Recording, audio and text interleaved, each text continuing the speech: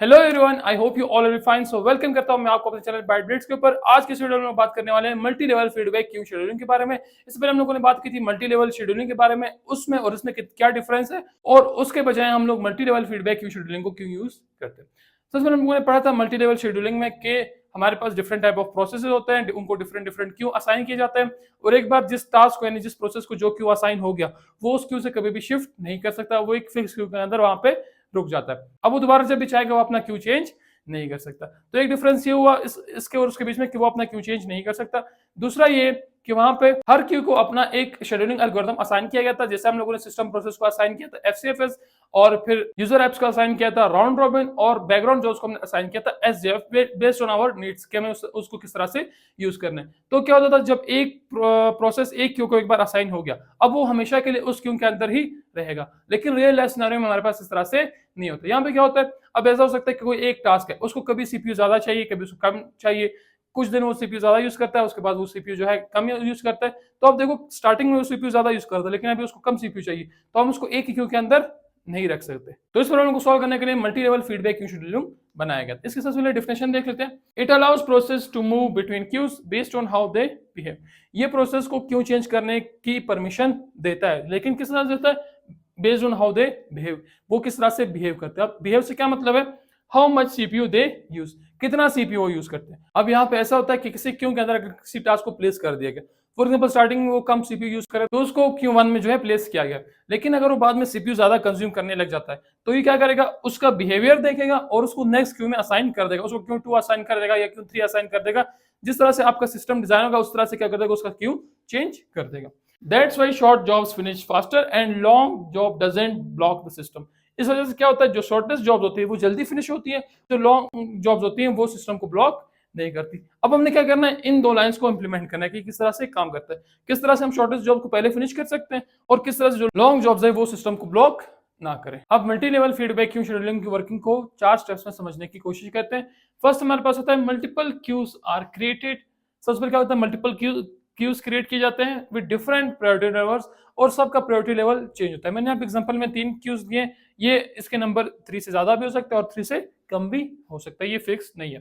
ठीक है, फर्स्ट मैंने लिया है Q1 और उसकी प्रायोरिटी है हाईएस्ट प्रायोरिटी। उसके लिए मैंने क्या किया, राउंड रॉबिन को यूज किया विद 8 माइक्रोसेकंड या 8 मिलीसेकंड, आप कोई भी यहाँ पे टाइम सेट कर सकते हैं। मैं फॉर एग्जांपल 8 माइक्रोसेकंड्स ले रहा हूँ। सेकंड मेरे पास आता है Q2 के लिए मैं राउंड रॉबिन को यूज करूंगा विद 16 माइक्रोसेकंड्स, और उसकी प्रायोरिटी मैंने सेट की मीडियम प्रायोरिटी। नेक्स्ट मेरे पास आता है Q3 और उसके लिए मैं FCFS को यूज करूंगा या फिर राउंड रॉबिन में 32 माइक्रोसेकंड्स को यूज करूंगा, उसकी प्रायोरिटी मेरे पास है लॉवेस्ट। अब ये मैंने इस तरह से क्यू सेट किया, मैं आपको ऐसे ऐसा समझाता जाऊंगा। सेकंड हमारे पास स्टेप है all new process start in the highest priority queue. सबसे पहले जो प्रोसेस आता है वो किस क्यू के अंदर आता है, वो हाईएस्ट प्रायोरिटी क्यू के अंदर आता है। अब अगर आपने Q1 को हाईएस्ट प्रायोरिटी सेट किया तो यहाँ पे आना चाहिए, अगर Q3 को हाईएस्ट प्रायोरिटी सेट किया तो यहाँ पे आना चाहिए। मींस ये कि जो भी आपके पास नया टास्क या नया प्रोसेस आता है वो सबसे पहले किसके अंदर जाएगा, हाईएस्ट प्रायोरिटी क्यू के अंदर चला जाएगा। सेकंड हमारे पास है if a process uses too much CPU it is move to a lower priority queue. अगर कोई प्रोसेस बहुत ज्यादा सीपीयू यूटिलाइज कर रहा है तो उसको हम हाई प्रायोरिटी के अंदर तो नहीं रख सकते, वो ज्यादा टाइम ले रहा है, तो हम उसको करेंगे लो प्रायोरिटी के अंदर शिफ्ट कर देंगे। सबसे पहले टास्क कहाँ आता है, हाईएस्ट प्रायोरिटी के अंदर आता है, और अगर वो ज्यादा सीपीयू यूज करे तो उसको हम कहाँ पे भेजते हैं, लोएस्ट प्रायोरिटी के अंदर भेज देते हैं। नेक्स्ट हमारे पास आता है if a process waits too long in a lower priority queue. अगर कोई प्रोसेस किसी लोअर प्रायोरिटी क्यू में बहुत ज्यादा वेट करता है तो हम क्या करते हैं, it is promoted to high priority queue to avoid starvation. उसको हम क्या कर देंगे, हाईएस्ट प्रायोरिटी के अंदर चेंज कर देंगे, या अगर लोवेस्ट में तो मीडियम में, या अगर मीडियम प्रायोरिटी क्यू के अंदर भी वो ज्यादा वेट करे तो हम क्या करते हैं, हाईएस्ट प्रायोरिटी के अंदर शिफ्ट कर देते हैं। फॉर एग्जांपल वो लोवेस्ट में तो हमसे मीडियम में, अगर मीडियम में भी उसको वेट करना पड़े तो उससे हाईएस्ट में उसको शिफ्ट कर देंगे। सिंपल ये समझते हैं यहाँ पे, सबसे पहले जो टास्क आता है वो हाईएस्ट प्रायोरिटी क्यू के अंदर जाता है। अब अगर वो सीपीयू ज्यादा यूटिलाइज करे, ज्यादा टाइम लगा रहा है तो हम क्या करते हैं, लोएस्ट प्रायोरिटी के अंदर शिफ्ट कर देते हैं। और अगर कोई टास्क हमारे पास लोएस्ट प्रायोरिटी के अंदर है तो वहां पे बहुत ज्यादा वेट करे तो हम क्या करते हैं, प्रोमोट कर देते हैं हाईएस्ट प्रायोरिटी क्यूज की तरफ। फर्स्ट अब यहाँ पे समझते हैं मैंने राउंड रॉबिन क्यों यूज किया। राउंड रॉबिन मैंने इसलिए यूज किया कि राउंड रॉबिन हमारे पास क्या है, एक फेयर शेड्यूलिंग एल्गोरिथम है, ये सबको इक्वल टाइम जो है देता है। हाईएस्ट प्रायोरिटी मेरे पास वो टास्क आते हैं जो कम सीपीयू यूटिलाइज करते हैं, तो मैंने यहाँ पे क्या किया, कम टाइम उन सब के लिए सेट किया, थोड़ा थोड़ा टाइम यूटिलाइज करके वो नेक्स्ट टास्क की जो है बारी आती जाएगी।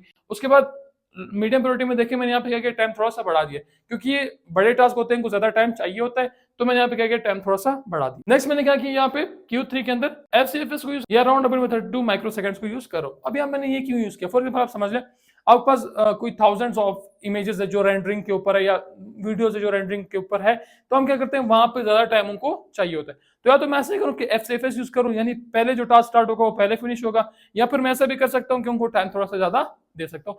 ये आपके ऊपर डिपेंड करता है आप जिस तरह से सिस्टम को बना रहे हैं उस हिसाब से क्या करते हैं आप यहाँ पे टाइमिंग वगैरह और शेड्यूलिंग एल्गोरिथम्स को यहाँ पे सेट कर सकते हैं। यहाँ पे फिक्स नहीं कि आपने राउंड रॉबिन ही यूज करना, आप जो सुटेबल समझते हैं आप यहाँ पे वो एल्गोरिथम यूज कर सकते हैं। अब बात करते हैं multi level feedback queue scheduling के कुछ की फीचर्स की। सबसे पहले हमारे पास आता है dynamic priority adjustment based on process behaviour, यानी जिस तरह से प्रोसेस बिहेव करता है ये क्या करता है प्रायोरिटी चेंज करा जाता है। कभी उसकी प्रायोरिटी हाई होगी, कभी उसकी प्रायोरिटी लो होगी। Unlike multi level queue scheduling, वहां पे क्या होता था प्रायोरिटीज फिक्स होती थी, यहाँ क्या प्रायोरिटीज डायनामिक है, जैसे जैसे प्रायोरिटीज चेंज होती है उसको चेंज करता जाए। अगर प्रायोरिटी लो है तो उसको लोएस्ट प्रायोरिटी में डाल देगा, अगर प्रायोरिटी हाई है तो उसको हाईएस्ट प्रायोरिटी क्यू में सेट कर देगा। नेक्स्ट हमारे पास आता है प्रिवेंट स्टारवेशन।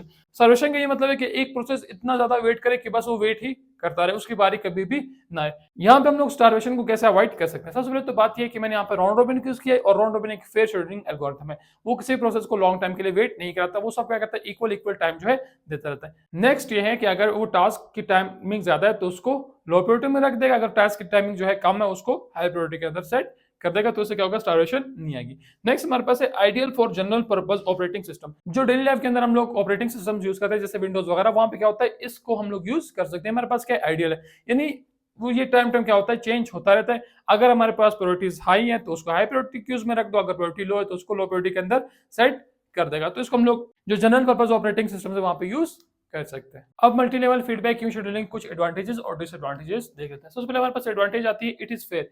फेयर क्यों है, क्योंकि सबको इक्वल चांस दे रहा है। अब जो शॉर्ट प्रोसेस है उनको जल्दी से यूटिलाइज करेगा, उनको फिनिश करेगा, और जो लॉन्ग प्रोसेस है उनको भी थोड़ा बहुत टाइम देके साथ में लेके चलता रहेगा। नेक्स्ट हमारे पास है it balances short and long process.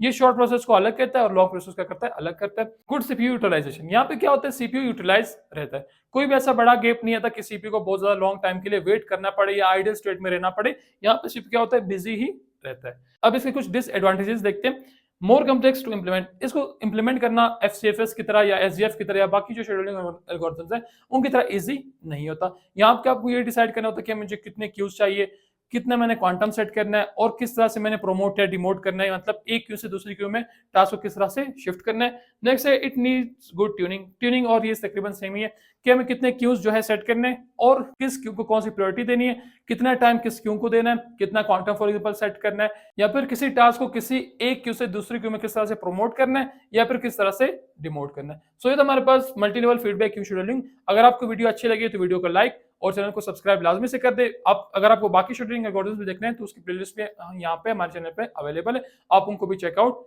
कर सकते हैं। मिलते हैं नेक्स्ट वीडियो में, तब तक के लिए अल्लाह हाफिज।